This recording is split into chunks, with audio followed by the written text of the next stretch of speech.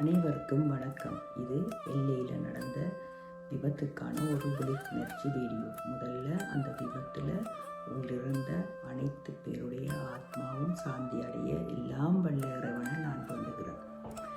அடுத்தது அந்த விபத்தின் போது இரவென்று பார்க்காம ஒரு ஆபத்தென்று வரும்போது ஒற்றுமையாக எல்லாரும் கூடி உதவி செய்தமைக்கு நான் மனசார நன்றி சொல்கிறேன்.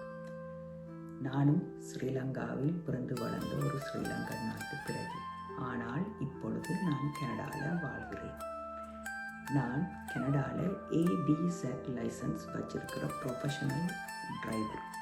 காலேஜில் போய் படித்து ப்ரொஃபஷனலாக எடுத்து இப்போ 5 வருஷத்துக்கு மேலே நான் அதுலேயும் பஸ்ஸில் 2 விதமான பஸ், அதாவது உதாரணத்துக்கு நீங்கள் ஊரில் சொல்லுவீங்க CTB பஸ் அந்த பஸ், அதை விட டூரிஸை ஏற்றி கொண்டு போகிற கோச் பஸ், இது ரெண்டும் அதை விட ட்ரக் அண்ட் ட்ரெயிலர், இது இவ்வளவும் ஓடுற நாள் என்ற முறையில் நான் சொல்கிறேன் இந்த விடயத்தை.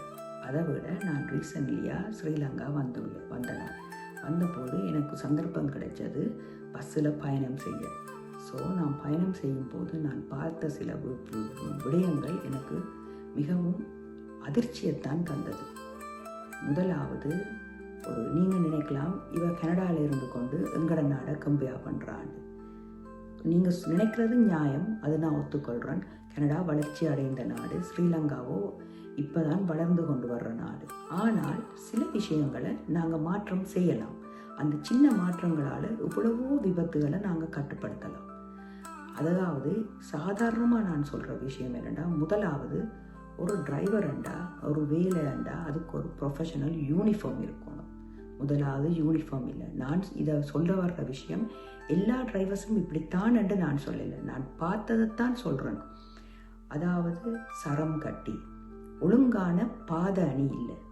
முதலாவது நீங்களே யோசிச்சு பாருங்க, ஒரு ஆள் ஒரு பாதணி, அதாவது செருப்பை போட்டு செருப்பை டிரைவர் சீட்டுக்கு பக்கத்தில் கழட்டி வச்சுட்டு வெறும் காலோட டிரைவர். நீங்கள் யோசிச்சு பாருங்கள், ஒரு எமர்ஜென்சி, ஒரு அவசரமாக சடன் பிரேக் அடிக்கணுமெண்டா ஒரு ப்ராப்பரான ஷூவை, ஒரு பாதணி போட்டு நாங்கள் அமர்த்துகிற ஃபோர்ஸையும் வெறும் காலோட அமர்த்துகிற ஃபோர்ஸ்லேயும் எது ஸ்ட்ராங்கானது, எது வலிமையானது? முதலாவது. அடுத்த விஷயம் செல்ஃபோன். டிரைவர் டிரைவ் பண்ணி கொண்டு செல்ஃபோன் பாவிக்கிறார். எனக்கு சரியான அதிர்ச்சியை தந்தது. அடுத்தது, டிரைவர் வந்தேர், பேசஞ்சர்ஸை ஏற்றினேர், போறேர். அந்த பஸ்ஸுக்கு ஒரு ப்ரீ இன்ஸ்பெக்ஷன், போஸ்ட் ட்ரிப் எதுவுமே இல்லை. அதாவது ஒரு 15 நிமிஷம் பேசஞ்சர்ஸை ஏற்ற முதல் ஒரு 15 நிமிஷம் அந்த பஸ்ஸில் சிக்னல் லைட் வேலை செய்தா, பிரேக் வேலை செய்தா, டயர்கள் ஓகேயா, டயர் நட்ஸுகள் ஓகேயா, ஏதாவது செக் பண்ணுறீரா, ஆயில் ப்ரெஷர் ஓகேயா, ஆயில் ஓகே, ஒன்றும் இல்லை. அப்போ அது முதலாவது இல்லை. அடுத்தது, ஓகே பஸ்ஸை கொண்டு பார்க் பண்ண அப்புறம் சரி, ஓகே திரும்ப பஸ்ஸை எடுத்துகிட்டு போகிற கிடையில இந்த பஸ் ஓகேயா, நான் இவ்வளோ நேரம் ஓடி வந்த கண்டிஷனுக்கும் இப்போ ஓடி கொண்டு பார்க் பண்ண கண்டிஷனுக்கும் ஓகேயா இந்த பஸ், திரும்ப ப்ரீ இன்ஸ்பெக்ஷன், அதுவும் இல்லை. ஓகே, அடுத்தது மினிமம் இது பஸ், ஒரு டிரைவரோட டிரைவிங் இதை நீங்கள் ட்ராக் பண்ணுறீங்களா? உதாரணத்துக்கு முதல் நாள் ஓடின டிரைவர் அடுத்த நாள் பஸ் எடுக்கல குறைஞ்சது அவர் முதல் நாள் டிரைவ் பண்ணதுக்கும் அடுத்த நாள் ஷிஃப்ட் ஸ்டார்ட் பண்ணுறதுக்கும் குறைஞ்சது 8 to 10 மணித்தியால் அவருக்கு ஆஃப் டியூட்டி இருந்ததா? எதுவும் செக் பண்ணுறதில்ல. யூனிஃபார்ம் இல்லை, ப்ராப்பரான பாதணி இல்லை, செல்ஃபோன், அதை விட அன்னெசரியாக ஹோனுகள் அடிக்கிறது. இது எல்லாமே ஒரு அன்சேஃப்டி விஷயங்கள். அடுத்தது, சீட்டுக்கு கணக்குக்கு ஆக்களை ஏற்றி அதை விட ஒரு சர்டன் அளவுக்கு தான் ஸ்டாண்ட் பண்ணுறதுக்கு பேசஞ்சரை ஏற்றணும். இது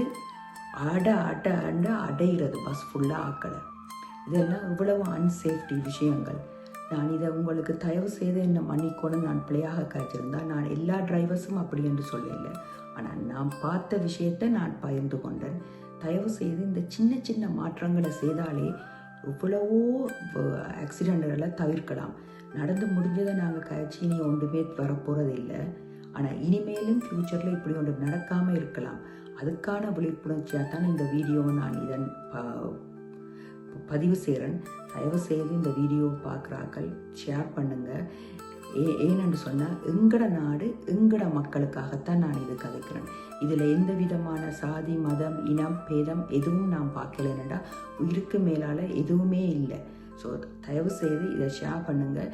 இந்த சின்ன சின்ன மாற்றங்களை சரி தயவு செய்து செய்யுங்க. நன்றி.